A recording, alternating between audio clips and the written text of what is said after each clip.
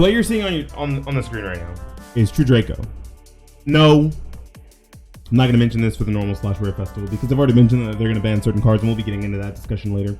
Ban and limiting certain cards from archetypes, including True Draco cards. Apparently, they think this deck might be too strong.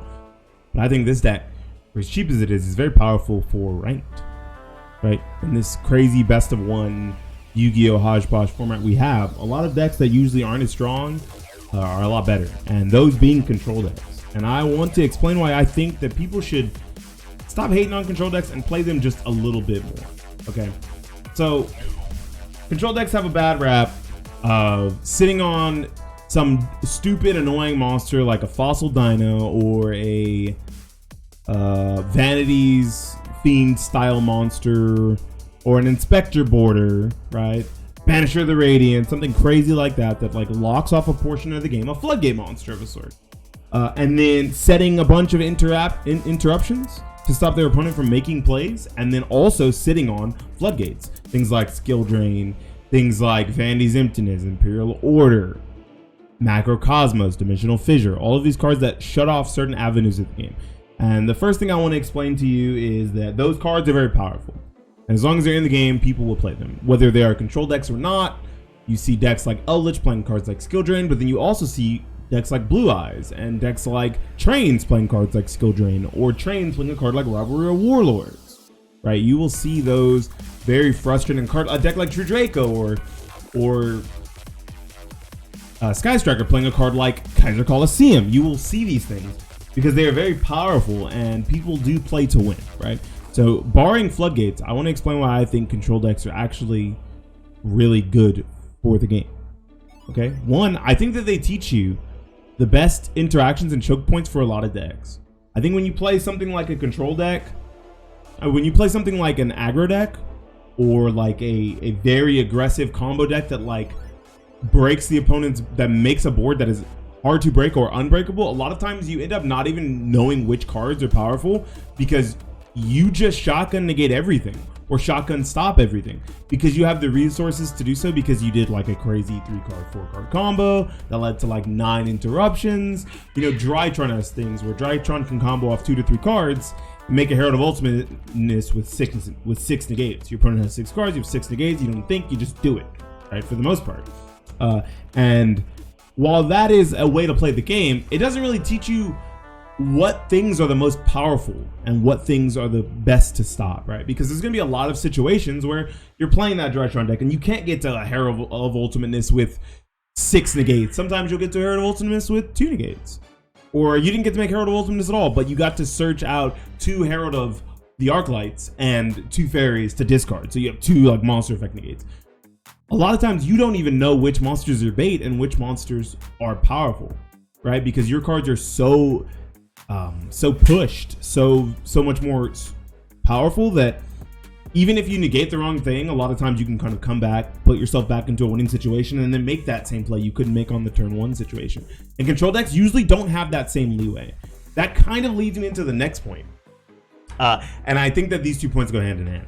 Is generally you have less spots you're allowed to make misplays.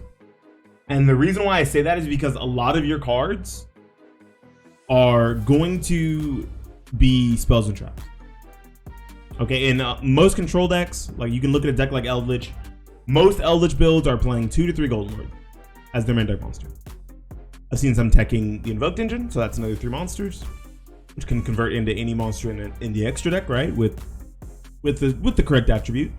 And then I've seen some playing things like Inspector Border, which is a 2000 attack floodgate monster that is kind of like another Skill Drain. It's a Skill Drain on legs, right? They get 1 effect, and if they don't have any other types of monsters in the field, Ritual, Exceed, Synchro, Fusion, and Link, they can only activate 1 effect, right? And so can you, but you don't have any monster effects to activate. No problem.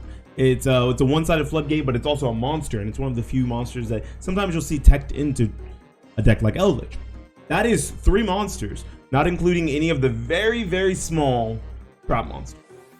You do not have a lot of room to misplay. You don't have room for 2 of your Eldritches to get banished. Now you don't have a boss monster. Now you don't have a card that's going to deal a significant amount of damage to your opponent and put them on the clock. right? You have to play in a way where you keep your monsters alive for as long as you can and get maximum value, whether that be with attack or whether that be with card advantage, for as long as possible, because you don't always have the extra resources when it comes to monsters. If you look at a deck like True Draco, this is a perfect example. It actually, most True Draco players like this lineup: 1 Majesty's Maiden, 3 Ignis Heat, and 3 Dynamite Knight. That is 7 monsters. You have to play the entire game and end the game fast enough with 7 monsters, or recur them enough to keep up board presence with things like True Draco Apocalypse and Disciples of the True Draco with 7 monsters in your deck. Now, those 7 monsters are very easy to get to. Oh, behold my magnificence, first Timitsu. Nice. Thanks for being first, bro. Appreciate you. Now, those 7 monsters are very powerful in what they do, because they all are inherently a plus after they minused to be summoned. But these cards need to stick around to create some amount of card advantage, or at least card return, right? Card economy, like a it doesn't have to be a plus. They're already inherently a minus. You really need that break even or a plus, right? If you can get a +1 off of each of these and then it dies to something, but you can like loop it back out, of course, you're in the clear. Same with another deck like Traptrix. Traptrix has, I want to say, 13 monsters, maybe less. Let's go take a look. Let's take a look at another control deck that I think is pretty good, right? It's not like topping on the ladder, one of the best control decks ever, but it is a control deck that I've seen people play to like good success when it comes to the ranked leaderboard. This is the ranked leaderboard. This is the deck that I actually got to platinum with, or played in platinum with the first season of the game. 1, 2, 3, 4, 5, 6, 7, 8, 9, 10 actual monsters that are not some sort of an extender, because I'm not going to look at Parallel Exceed as a 2 of, and oh, I'm only playing 2. I should really fix that. Parallel Exceed and the Phantom Knights of Shade Brigandine, which are extenders, right?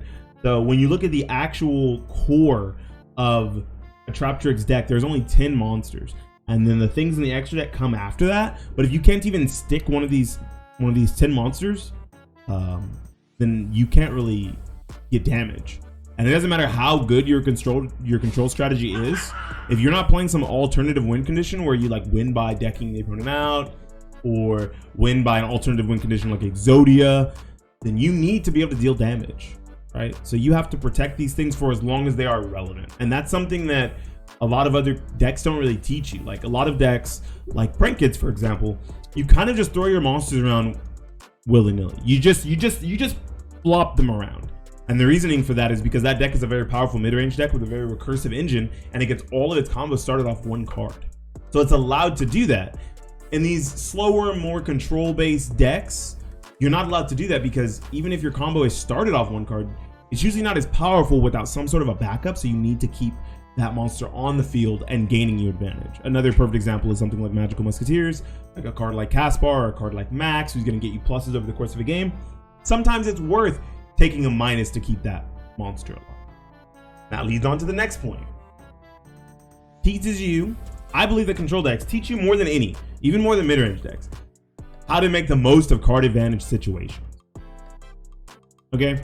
And the reason why I say that is because most of the time, control decks are going to play a lot of cards that are inherently break-evens, or they're going to play big blowout cards. Right? You're going to see floodgates, you're going to see break-evens, and you're going to see big blowout cards. You don't want to use a card like Torrential Tribute on one monster when it's going to 1-for-1 with your opponent, when this is a powerful blowout card. You want to use something along the lines of a Bottomless Trap Hole, because that is a 1-for-1 exchange in card advantage, right? You're both losing a card. Now in Traptrix, of course, if you activate a trap, you get monsters and all that nonsense, so it becomes less of a 1-for-1. But just in general, a lot of control style cards, like a card like Conquistador of the Eldritch, right? That is inherently not a -1. That's inherently not a 1-for-1. It's actually a +1, because you get to keep your Conquistador as long as you have a Golden Lord and pop a card your opponent controls, which is very powerful.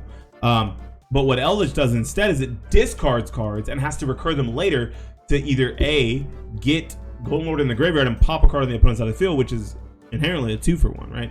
You're discarding 2 cards, a Golden Lord and a trap. You pop a card on your opponent's side of the field, or send a card on your opponent's side of the field to the graveyard. That is a 2-for-1. Now, the other cards in the deck may happen to get you advantage back, but it's still teaching you how to use the cards that you have, right? Like you can send any spell or trap from your hand to the graveyard. So do you send a pot of prosperity from your hand or a pot of extravagance from your hand, or do you send an Eldritch Trap that's going to get you card advantage later? Right? Same thing with something like a compulsory evacuation device. This is a perfect example. Like a lot of older control style decks and a lot of decks that can get advantage off of removing cards from the field, or just like need to remove problematic monsters, will play a card like compulsory evacuation device. I think it's pretty strong, especially in trap tricks. Now, the reason why this card is so interesting is because you can make it a 1-for-1.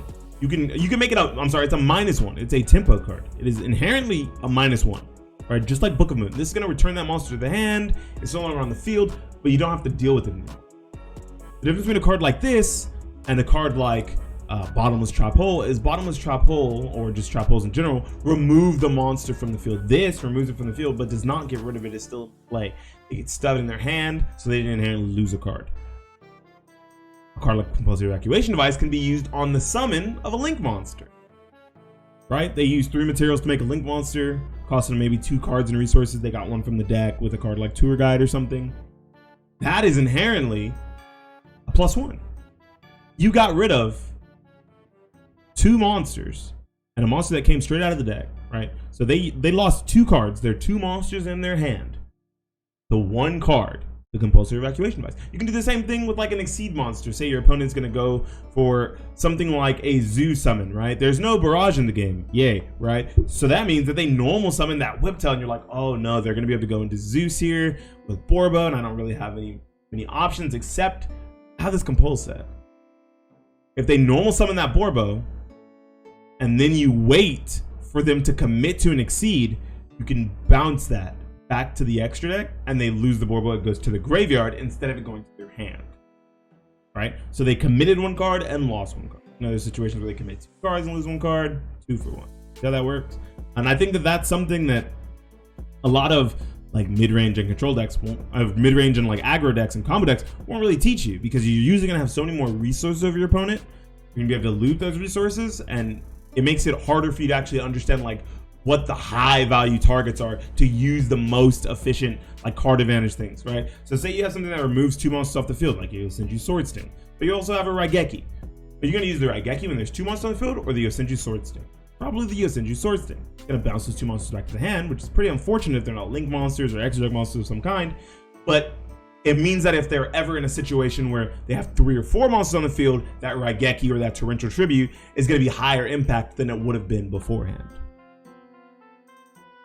The last thing that I think makes control decks really cool, especially in Yu-Gi-Oh, is that they are way more expressive when it comes to Yu-Gi-Oh. You can tell how someone wants to play the game by the style of deck that they play, and the vast majority of people don't play control decks in Yu-Gi-Oh, minus the large sum of Eldritch players that we see on ladder, because Eldritch is a very powerful deck and people just want to win. But outside of Eldritch, you usually don't see a lot of other control style decks. Not even like the old school control decks like Fossil Dyna, Banisher of the Radiance, Moon Mirror Shield, like all the good traps, Solemn Judgment, Solemn Strikes. You usually don't see that anymore. And the reasoning for that is most players want to play fast. But the way that you can control the game and express yourself with a control deck is you can play a control deck that's meant to go second, where you break your opponent's board and then you establish your boss monsters, right? Or you can play a control deck that's like very heavily focused on going first with a few going second cards, just so you don't auto concede going second, right? And there's all sorts of different tech picks for the format. Oh yeah, I feel like there's gonna be a lot of Eldritch. Let me play Macrocosmos. Okay, I feel like there's gonna be a whole lot of Zodiac Tri-Brigade. Let me play cards like Skill Drain and Rivalry of the Warlords. I'm sorry, would it be good as a match? Rivalry of the Warlords. Because that means they're locked under Beast Warrior, Wing Beast, or Beast, right? Which is kind of hard for that deck to play through. I think that people are going to be playing very heavy, monster-focused, get a lot of monster on the field decks. I'm going to play Sky Striker with Hayate Beatdown with a Kaiser Coliseum, right? Now, these inherently, the things that I named were floodgates. They're very powerful cards, so you're going to see them anyway. But it shows that people who use control decks usually have to think a little bit more about how the way they build their deck, because there's so many more matchups that you have to be able to handle within that small span of 40 to 60 cards compared to a very full cohesive strategy of like a combo deck that like has a very streamlined play, and then once it makes that play, it wins most of its matchups. Or a mid-range deck that out card advantage and attritions you, and because of that usually wins most matchups. Drytron and Prinkets come to mind for those two things. And I think that Tavern Swindler, buff Tavern Swindler, it's not in the game. Just play Misjudging. Just play Misjudging, bro. You can negate a card if you call the coin toss right. Let's go. I think it's 2 coin toss, but if you call them right, you get to negate a card. That's sick. Anyways, I this was just a little talk that I wanted to put on YouTube. I don't do too many Yu-Gi-Oh card, like Yu-Gi-Oh Master Duel discussions. I'm usually like uploading like replays and stuff. I figured I'd just talk about why I think control decks are okay. The real problem is just floodgates and floodgate monsters in general. But that is not the point of today's discussion. The point of today's discussion is just with the power level of the way cards are now, with the power level of the game now, very cool to see people running control decks and making them look very powerful, when inherently they're usually harder to pilot. BeanieTalks for the YouTubes. Signing out. Peace. What'd you say to me, little bitch?